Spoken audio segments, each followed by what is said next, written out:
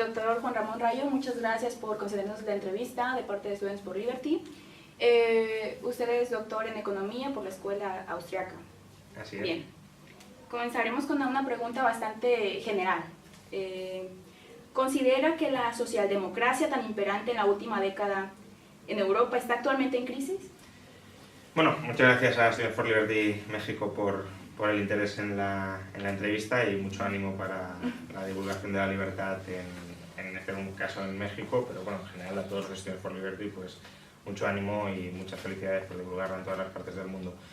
Justamente creo que es importante divulgar la libertad, los ideales de la libertad, porque la socialdemocracia no está en absoluto en crisis. Puede que ciertos modelos de Estado socialdemócrata, especialmente a raíz de la crisis económica que hemos vivido, hayan tenido que replegar velas por la propia insostenibilidad financiera de muchas de las promesas que habían efectuado, pero la mentalidad general de la sociedad sigue abrazando de manera muy clara la socialdemocracia, es decir, el estado de bienestar inserto en una cierta economía de mercado. Es decir, afortunadamente en Europa no impera el socialismo tradicional de querer nacionalizar los medios de producción, todo eso no es discurso dominante, pero tampoco es, claro, un liberalismo más o menos razonable de devolver gran parte de la actividad que durante las últimas décadas ha ido ocupando el Estado a la ciudadanía. Por lo tanto, el discurso dominante hoy en Europa es la socialdemocracia y mucho me temo que si entre todos y también vosotros en las distintas partes del planeta no contribuimos a desplazar la frontera ideológica,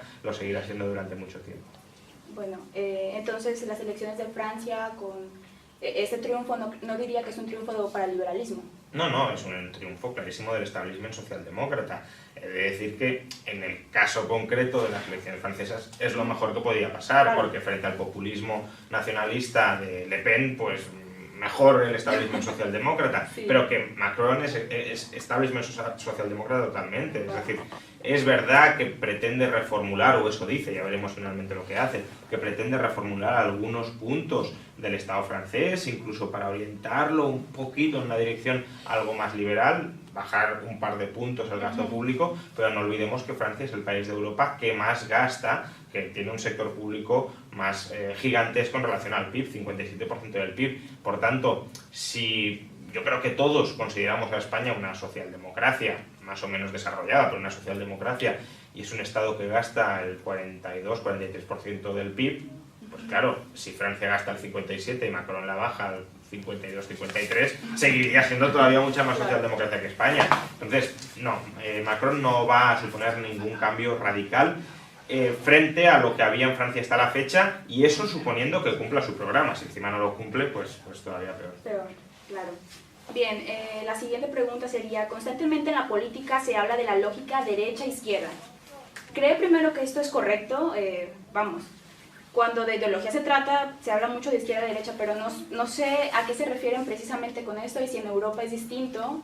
Me gustaría que me explicara un poco eso y si piensa que continúa siendo relevante, pues esta misma lógica de la que le he hablado.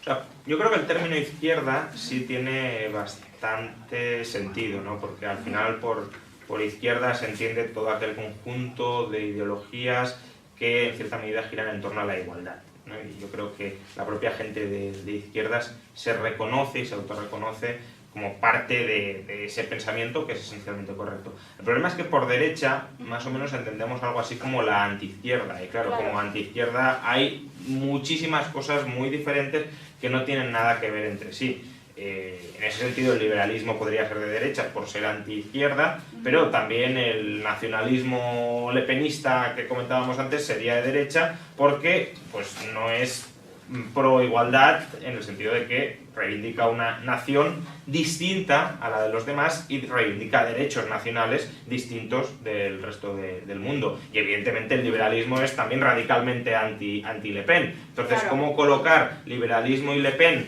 en el mismo punto por el mero hecho de ser los dos anti-izquierda? También podríamos decir en ese sentido que Le Pen y la izquierda son antiliberales y por tanto que deberían estar en el mismo punto, y tampoco lo consideraríamos correcto. Entonces, creo que la definición de derecha es muy problemático porque mucha gente que se llama a sí mismo de derechas no se percibe como parte de un mismo colectivo ideológico del que también forman parte otros que se identifican como derecha por simplemente ser antiizquierda. Coinel Ledin, que es un pensador que a mí bueno, me resulta bastante interesante. Definía derecha como lo opuesto a izquierda, entendiendo por izquierda igualdad y por derecha diversidad o anti-igualdad, ¿no? Es decir, simplemente pues, una cierta heterogeneidad de proyectos vitales y una valoración de la pluralidad en una sociedad. Y es una definición pues, que puede ser correcta, pero claro, si lo definimos así, entonces habría que meter en la izquierda a prácticamente todo movimiento antidiversidad, y como el único movimiento ideológico que de verdad abraza la diversidad, al menos desde un punto de vista moral, es el liberalismo, pues prácticamente todo lo que fuera antiliberal sería izquierda. ¿Usted se diría de derecha en este caso?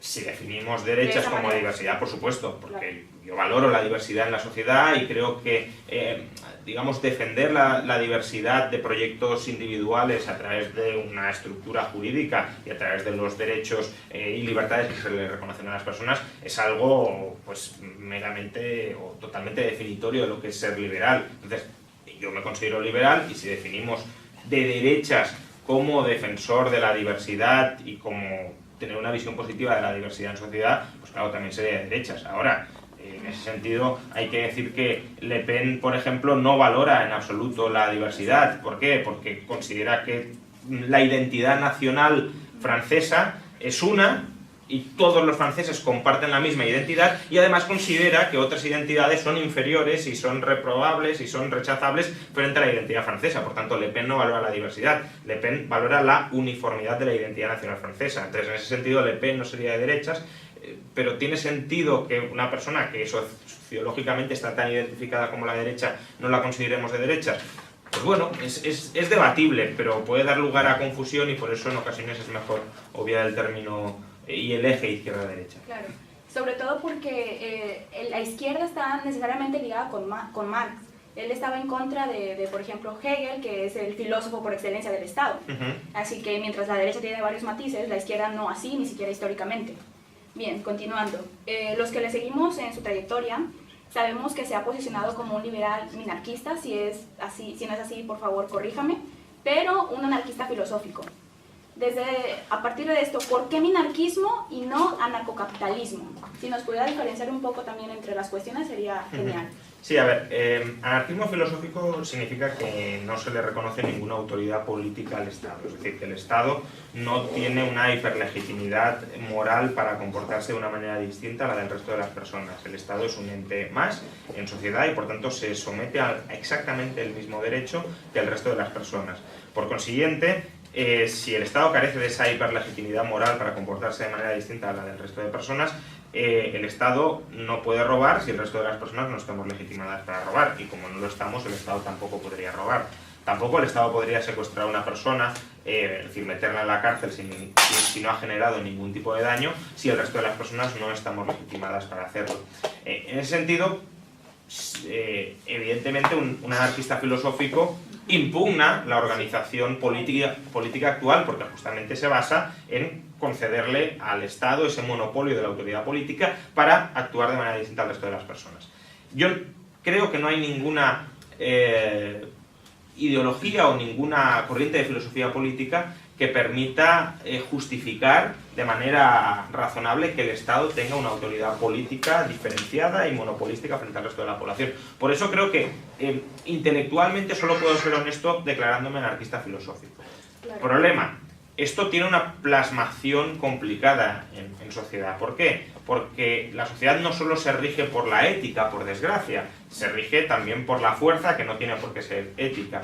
Entonces, el Estado es un monopolio de la violencia, es una banda que ha conseguido monopolizar la violencia y, por tanto, es capaz de imponerse incluso frente a los planteamientos éticos más elementales sobre la sociedad.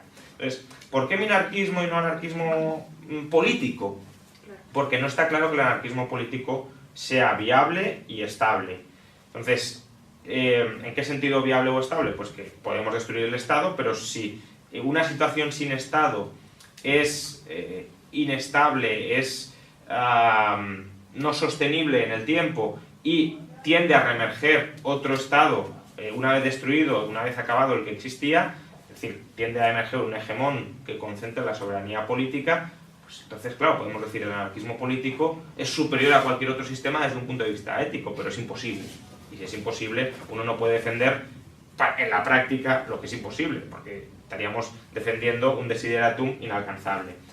El minarquismo puede ser muy complicado de materializar, pero sabemos que es posible, es viable, ya ha existido, y simplemente consiste en el Estado que tenemos socialmente conseguir restringirlo mucho más y limitarlo a ese monopolio de la violencia, que a lo mejor es lo que no podemos erradicar. Pero, dicho esto, si a mí alguien me demostrara de una manera relativamente razonable, tampoco pido una demostración más allá de cualquier duda razonable, sino pues como se hacen las demostraciones en ciencia, es decir, aportando modelos y aportando en la medida de lo posible evidencia que respalde esos modelos bastante diversa, que demostrará que el anarquismo político es viable y es estable en el tiempo, y evidentemente daría el salto rápido y encantado al anarquismo político. Pero creo que es un salto muy revolucionario que no se puede dar si no hay alguna consistencia intelectual más allá de, pues, de meras intuiciones, una consistencia intelectual muy sólida detrás, porque es básicamente proponer socavar todo lo que existe y dar el salto hacia lo desconocido sin tener, ya digo, esa solidez y esa pues creencia bastante firme en hechos y en razonamientos de que dando ese salto llegaremos a un sitio mejor. Claro, muchas gracias por la diferenciación tan clara. Con la cultura y política filomarxista que impera tanto en Latinoamérica, digo, porque en el caso de México es bastante obvio, desde el arte se ve manifestado este tipo de filomarxismo con, por ejemplo, Diego Rivera, Frida Kahlo, que son los más representantes, también el nacionalismo extremo, ¿no? Con estos movimientos como el indigenismo, que desprecian bastante al sector español por creerlos culpables, vayan, siempre se busca un culpable. Increciendo sobre todo por la enorme desigualdad económica y social, ¿cómo en una realidad tal podemos los liberales convencer a los ciudadanos que la desigualdad no es negativa? Evidentemente me refiero a la desigualdad social, y que el liberalismo, capitalismo en este caso, es la respuesta. ¿Qué podría decirnos usted? O sea, yo creo que la desigualdad no es necesariamente negativa, pero puede ser un síntoma de algo negativo. La desigualdad no es negativa cuando es consecuencia de un proceso de mercado libre, imparcial, y donde existen amplias oportunidades para el desarrollo personal. Es decir, yo creo que la desigualdad no es negativa, especialmente cuando no es una desigualdad fruto de la manipulación política y cuando además es una desigualdad que se produce porque una parte de la población se enriquece. Sí me preocupa mucho más, claro está, la desigualdad que surge o bien porque una parte de la población se enriquece por privilegios políticos o bien porque una parte de la población, intervenga o no la política, se empobrece. Porque la pobreza sí es un problema, sí es algo que debe preocuparnos y debe movernos a todos a tratar de buscar soluciones, pero la desigualdad, ya digo, que sea simplemente fruto del proceso de mercado, pues no debería inquietarnos.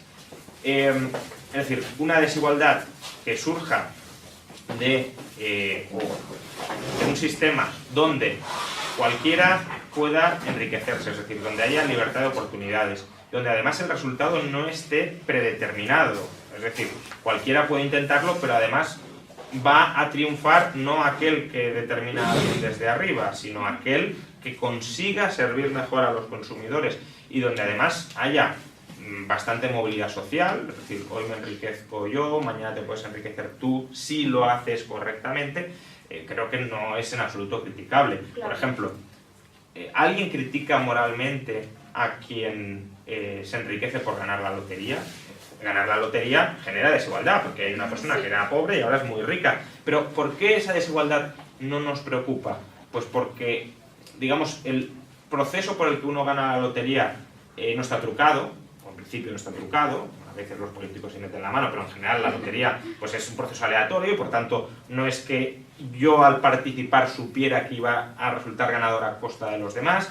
Además, hoy la puede ganar uno, otro día la puede ganar otro, y cualquiera, por un precio muy módico, puede participar, tiene la oportunidad de participar si así lo quiere en ese proceso. Pues bien, el mercado es, un mercado libre es exactamente lo mismo que este proceso de la lotería, pero mejor, porque la lotería es puramente aleatorio. El mercado libre es parcialmente aleatorio. Y lo que no es aleatorio significa que se enriquece aquel que satisface las necesidades de los demás. Es decir, es un proceso parcialmente aleatorio, pero orientado para hacer el bien a los demás. Con lo cual, no debería molestarnos que una sociedad sea desigual cuando es fruto del aumento de la riqueza de aquellos que han satisfecho mejor las necesidades del resto de sus conciudadanos. No, y creo que es muy importante decir eso porque luego se piensa que el capitalismo habla de la riqueza ilícita, ¿no? Y es algo que se critica. De hecho, cuando se critica a los políticos se está hablando precisamente de ello. Sí, es decir, esto es muy importante. La crítica del liberalismo no puede ser solo, y no es solo una crítica a la clase política restrictivamente entendida. Es decir, el liberalismo rechaza la clase política por la capacidad que tiene para conculcar los derechos de los demás, esa hiperlegitimidad moral de la que antes hablaba, pero los políticos también se relacionan con otros actores de la sociedad. Otros actores de la sociedad se acercan a los políticos, incluso pueden terminar capturando a los políticos. Y por tanto, aquellos que capturan el poder político, aquellos que compran a los políticos, por ejemplo, o aquellos que sobornan a los políticos, lo que están consiguiendo es privatizar ese poder político que los liberales rechazamos y privatizarlo para su exclusivo beneficio. Y por tanto, esos cazadores de rentas que se acercan a la política para, a través del BOE, es decir, a través del Boletín Oficial del Estado, a través del reglamento estatal, parasitar, robar, conculcar los derechos ajenos, que son, en muchos casos, en muchos países y por desgracia, aquellos que forman parte de una cierta oligarquía económica asociada al poder político, desde luego también deben contar con el absoluto rechazo y la absoluta crítica por parte de los liberales. Más incluso en muchos casos que la crítica que dirigimos a los políticos, porque además esta gente nos causa muy mala prensa, porque como nosotros sí que defendemos a aquel empresario que se ha enriquecido ilícitamente, en muchas ocasiones parece que únicamente estamos defendiendo al empresario. Y no, el empresario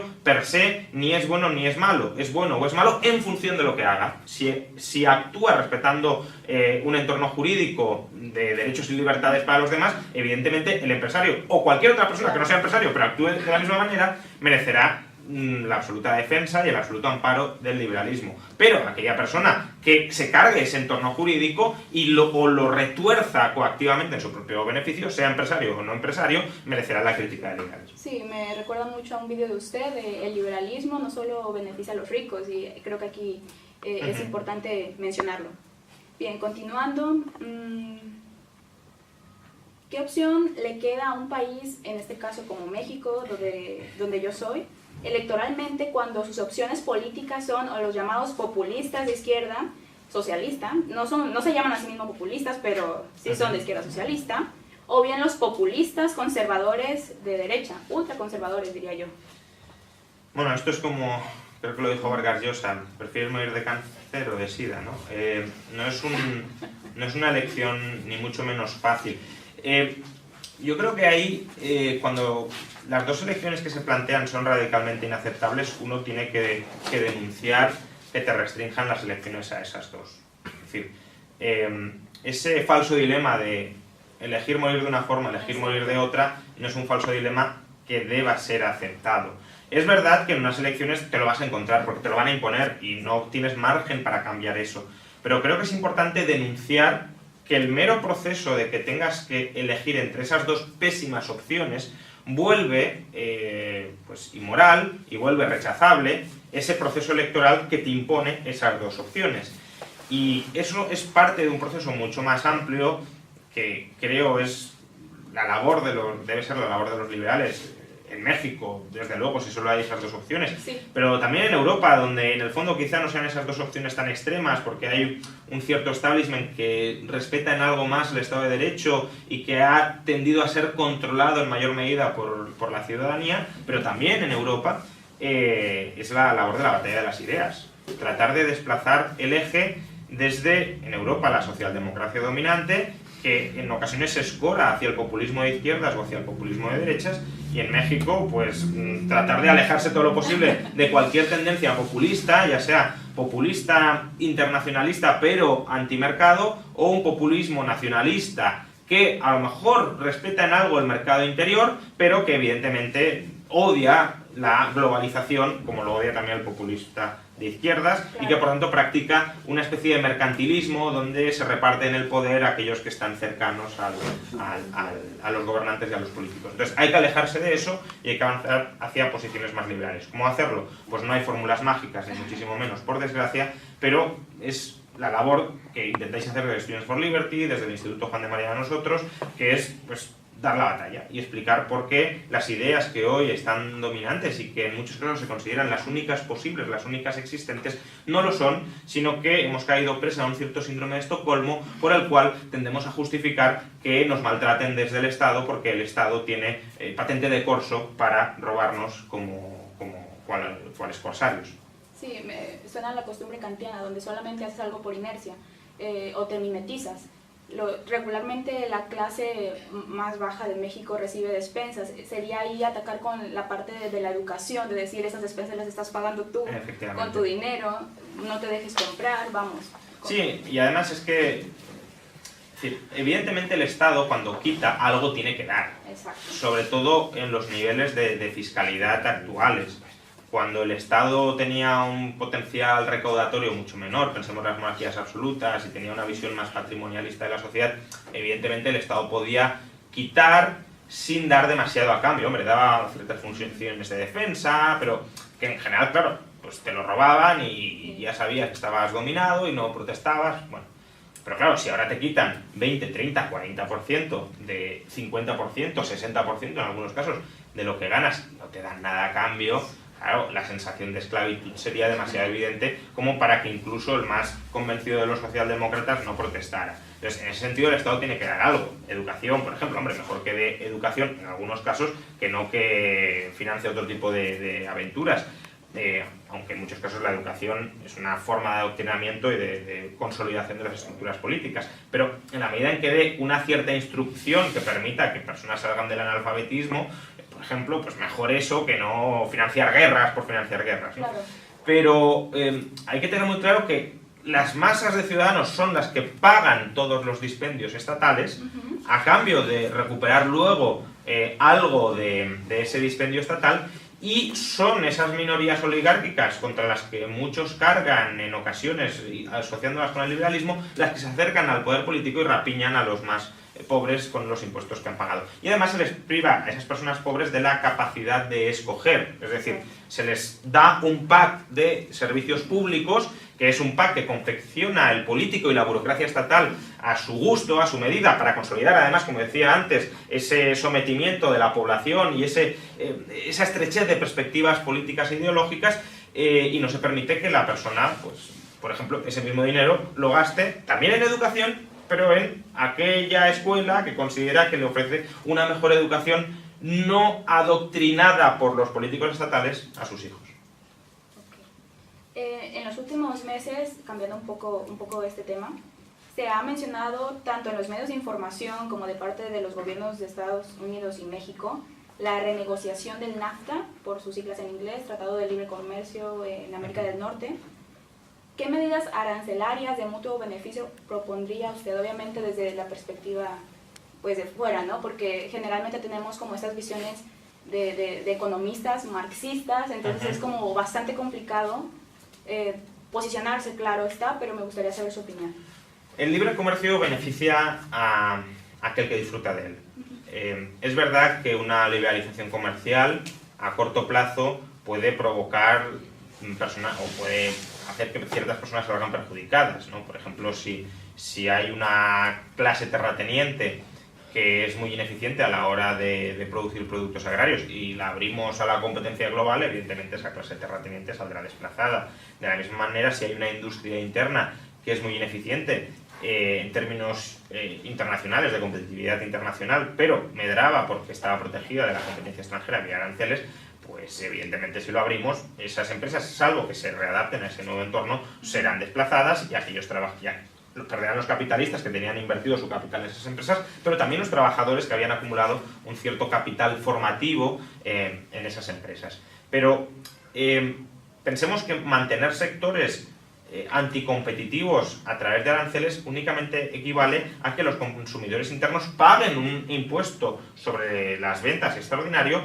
para subsidiar a esas empresas ineficientes. Es decir, es un puro parasitismo de los consumidores nacionales. Entonces, yo creo que no hemos de pensar necesariamente en el libre comercio como algo que solo es bueno cuando es bilateral y cuando es recíproco. El libre comercio es bueno aunque sea de manera radicalmente unilateral, porque si un país se cierra al comercio, lo único que está haciendo es cerrándose opciones para adquirir los mejores productos de las mejores partes del planeta, o se está imponiendo un sobrecoste para comprar esos productos únicamente para proteger industrias internas que no son capaces de producirlo en las mismas condiciones. Por tanto, ojalá Estados Unidos no tome medidas que cercenen el libre comercio entre Estados Unidos y México. Esperemos que ello sea así. Pero creo que sería un error muy grande que si Estados Unidos toma medidas absurdas en contra del libre comercio, México tome medidas de represalia